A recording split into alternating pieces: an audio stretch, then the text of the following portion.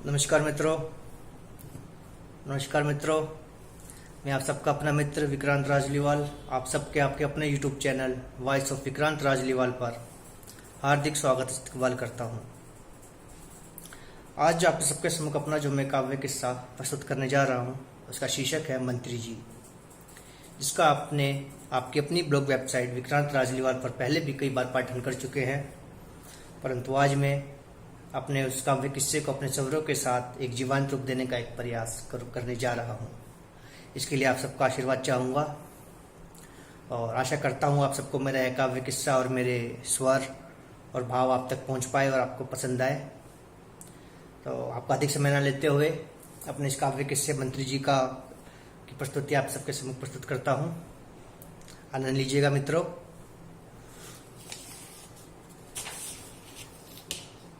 मंत्री जी। आज ये अजब गजब क्या हो गया, ऐसा लगता है कि सूर्य कहीं खो गया, क्योंकि सूर्य तो उगा ही नहीं और पड़ोसी का मुर्गा कुकड़ू बोल गया। आज यह अजब गजब क्या हो गया, ऐसा लगता है कि सूर्य कहीं खो गया, क्योंकि सूर्य तो उगा ही नहीं और पड़ोसी का मुर्गा कुकड़ू बोल गया। सुनकर बांग व कुकड़ू मुर्गे की मंत्री जी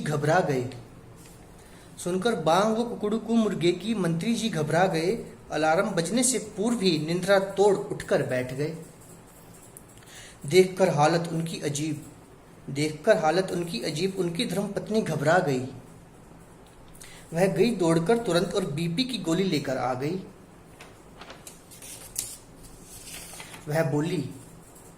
वह बोली ऐसा क्या गजब हो गया, सूर्य तो अभी उगा ही नहीं और आपको यह क्या हो गया।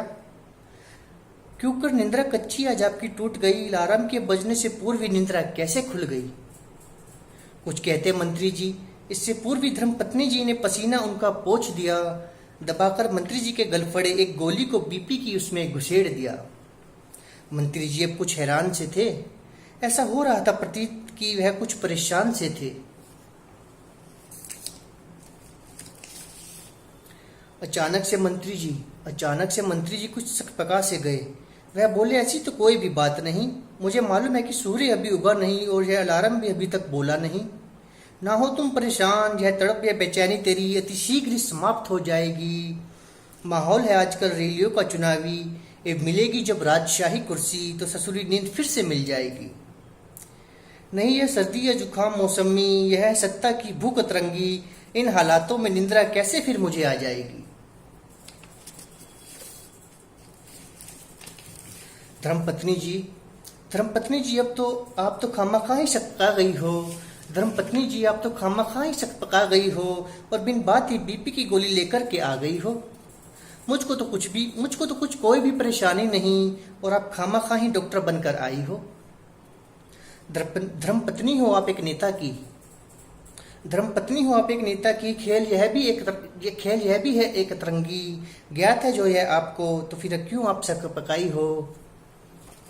यह सुनते ही धर्मपत्नी जी अब के जो फिर से कुछ सकपकाई, वह आई कुछ समीप और व्यथा व्याकुल हृदय की अपने बतलाई। वह बोली आज क्यों कर मंत्री जी इतनी जल्दी उठ गए हो, यह देखकर मैं कुछ घबराई थी। देखा जो व्याकुल आपको, तो न जाने क्यों बिन बात ही मैं कुछ घबराई और सकपकाई थी। कुछ और तो सूझा नहीं मुझको मंत्री जी, हड़बड़ाहट में इसलिए लेकर के बीपी की गोली आई थी। अब के मंत्री जी जो कुछ मुस्काए, देखकर ताव नुकीली बद्दी मूछों पर अपनी, अब वह जो कुछ बतियाए। वह बोले तुम अभी तलक हो नादान, दोष इसमें तुम्हारा कोई नहीं। आज तलक हो शायद हमसे अनजान, दोष इसमें तुम्हारा कोई नहीं। मैदान में लालगंज के बड़े हो हल्ला है आज भारी, होंगे बड़े बड़े गद्दावर मंत्री उपस्थित वहां। लहर गठबंधन की मंच से संचालन की मेरी है आज जिम्मेवारी। मैदान में लालगंज के बड़े आज हो हल्ला है भारी, होंगे बड़े बड़े गद्दावर मंत्री उपस्थित वहां। लहर गठबंधन की मंच से संचालन की आज मेरी है जिम्मेवारी। बीच निद्रा से मधुर स्वप्न को इसी के वास्ते जो स्वयं ही तोड़ दिया अपने, ना हो हैरान कि टूटे हर स्वप्न को साकार प्रिय कर देंगे जरूर आज हम अपने।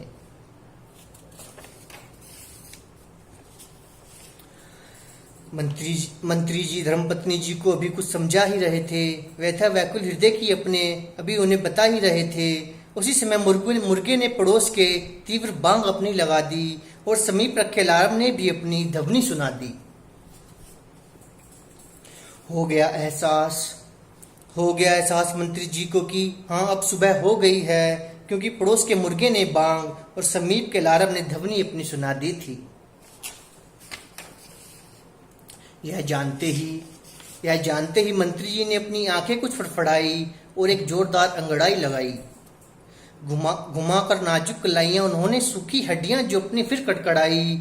सूर्य उगा तो फूल सा खिलकर छा गया नील गगन में एक प्रकाश। खिल उठे मंत्री जी भी फूल के समान, किया उन्होंने फिर स्नान। पहन कुर्ता खादी का अपना नवीन, देख रहे हैं किसकी राह। देख उन्हें हुआ प्रतीत कि जैसे उन्हें अभी भी है कुछ चाह। झलक रही है स्वार्थी बद्दे चेहरे पर कुछ बेचैनी सी उनके बड़ी हुई। उनको है प्रतीक्षा किसी खास की शायद, स्थिर है मुद्रा उनकी, स्थिर है बेचैनी सी। अपनी इसी बेचैनी में आवाज एक धर्मपत्नी जी को अपनी लगा दी। अपनी इसी बेचैनी में आवाज एक धर्मपत्नी जी को अपनी लगा दी। हुई तभी दस्तक एक और फिर उन्होंने दरवाजे की घंटी हुई तभी दस्तक एक और किसी ने उनके दरवाजे की घंटी बजा दी। आया है भाषण की लेकर के उनका पिए एक पर्ची। बात उनको उनके नौकर ने आहिस्ता से ये बतला दी। दौड़ पड़े मंत्री जी सुनते ही यह और पहुंच समीप पिए के लापरवाह अपने कुछ डांट फटकार उसको उन्होंने जो लगा दी। वह बोले नहीं है तुमको तनिक भी ध्यान, इतना विलम्ब से जो अब तुम आते हो, इतना विलम्ब जटिल इन परिस्थितियों में क्यों करके भला तुम लगाते हो।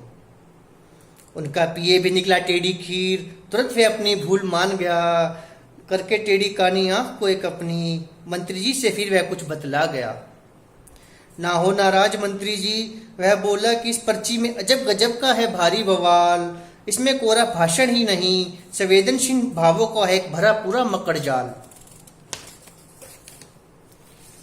अपने इस विलम्ब के लिए हूं मैं महोदय हृदय से अपने जो क्षमा प्रार्थी। ना करे अब आप विलम्ब, कर दीजिए कुछ मैदान में कि हर कोई है आपका वहां प्रतीक्षार्थी। सुनकर पिए का ऐसा उत्साहवर्धक संवाद अपने मंत्री जी भी उत्साह से भर गए। लेकर पर्ची अपने पिए के हाथ से तीखी सी एक नजर शब्द अक्षरों से दौड़ा गए। वह बोले तुम आए विलम्ब से क्रोध मुझको अत्यंत भारी तब हुआ कार्य से, परंतु तुम्हारे हर्षित यह मन उपवन अब जो मेरा हुआ। खबर मैदान लालगंज की भी कुछ साथ अपने क्या लाए हो, या खाली संवाद पर्ची सहित ही कोरे ठूठ से चले आए हो। खबर मैदान लालगंज की भी कुछ साथ अपने क्या लाए हो, या खाली संवाद पर्ची सहित ही कोरे ठूठ से चले आए हो। सुनाया मंत्री जी के पिए ने वास्तविक समस्त फिर हाल कि हो हल्ला है भारी वहां, हर कोई है उत्साहित और सबके सब जनमानस आपके ही है प्रतीक्षार्थी सिर्फ वहां। भरा है जनमानसों से खचाखच मैदान लालगंज, भरा है खचाखच जनमानसों से मैदान लालगंज। बची ना क्यारी कोई भी रिक्त प्रशंसकों से आपके वहां। लेकर समस्त परिस्थितियों का जायजा मंत्री जी फिर मुस्कुराए। बैठ गाड़ी में लाल बत्ती की अपने मैदान लालगंज को फिर आए। सत्य है मैदान लालगंज में हो हल्ला है आज अत्यंत ही भारी, हर कोई है मंत्री जी का प्रतीक्षार्थी और उनका उत्साह भी है अत्यंत ही भारी। आपसी गठबंधन का मंच यह खेल कुछ नहीं अत्यंत ही निराला है। दूध से भरी हंडिया को जैसे कुछ बिलोटनों ने आपस में ही बांट डाला है। आपसी गठबंधन का मंच यह खेल कुछ कुछ नहीं अत्यंत ही निराला है। दूध से भरी हंडिया को जैसे कुछ बिलोटनों ने आपस में ही बांट डाला है। ठहरे हुए जल में मार के राजनीतिक लाठी इस प्रकार से जैसे पक्ष में अपने लहर सी कोई उन्होंने चलाई। सो चूहे खाकर के देखेंगे आज घोटाली, कौन कौन सी सियानी बिल्ली हज करने को चुनावी आई।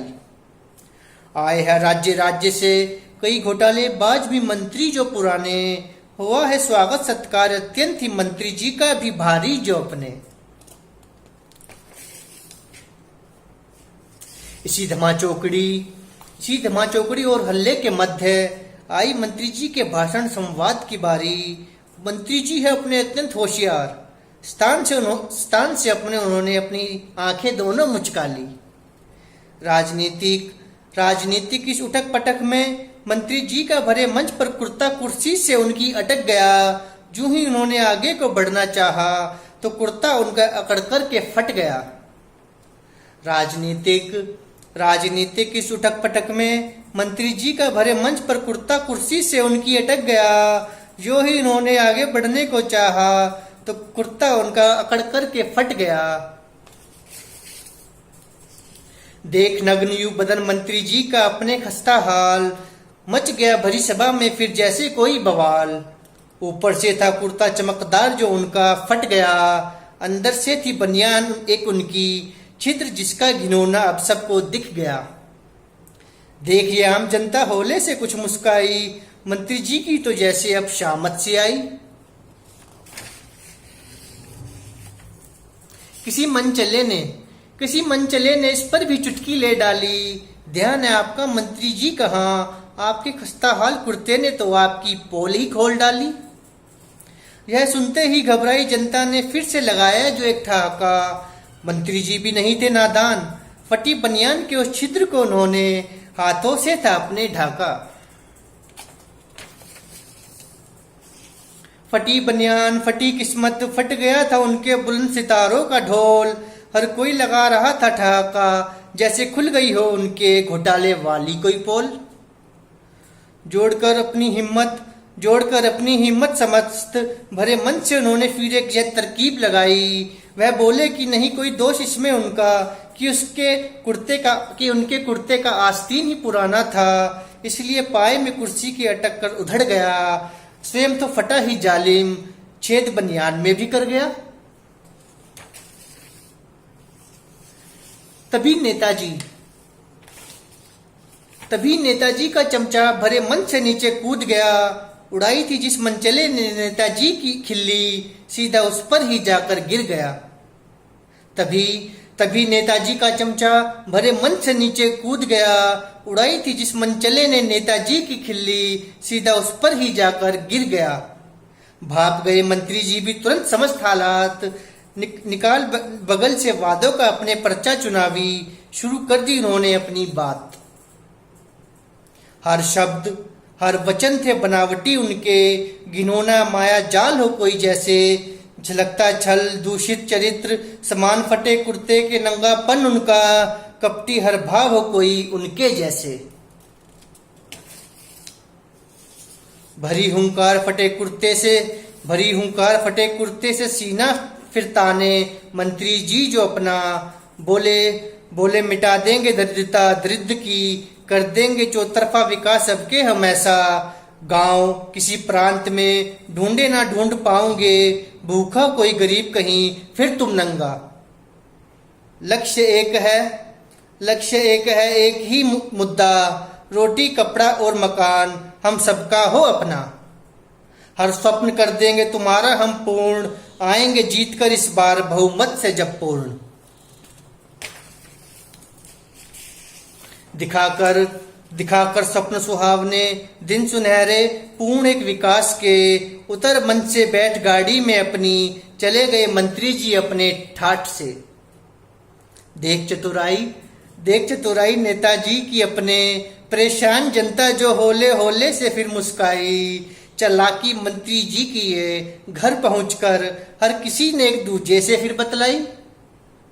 यही सत्य है, यही होता है हर बार, चुनावी इम्तिहान चुनावी प्रक्रिया से पूर्व, यही सत्य है, यही होता है हर बार। चुनावी इम्तिहान चुनावी प्रक्रिया से पूर्व, झूठे वादों से चुनावी ठगी जनता बेबसी पर अपनी जब मुस्काए, और नेताजी भी चालाकी पर अपनी सीना ठोक कर जब इठलाए। क्यों क्यों क्यों बट जाता है वर्गों में जात पात के, क्यों बट जाता है वर्गों में जात पात के, देश जब प्यारा अपना अमीर बन जाता है और अमीर, नसीब पर गरीब के लग जाता है क्यों, भूखमरी लाचारी बेबसी से पूर्ण गरीबी का एक ताला, भूख लाचारी बेबसी से पूर्ण गरीबी का एक ताला। धन्यवाद। आशा करता हूं मेरे इस काव्य किस्सा मंत्री जी को लिखने और आज आप सबके सम्मुख यूं इस प्रकार से सुनाने कि आप ठोस वजह तक पहुंच सके, और मेरी यह काव्य रचना लिखने का जो मेरा मकसद था उसमें मुझे और आप समस्त देशवासियों को, इस संसार के समस्त पीड़ित गरीब दरिद्र व्यक्तियों को एक लाभ पहुंच सके। और जल्दी आपसे पुनः फिर मुलाकात करूंगा अपनी फिर किसी काव्य किस्सा नजम दास्तान के साथ। जब तक के लिए अपने मित्र विक्रांत राजलीवाल को आज्ञा दीजिए। धन्यवाद।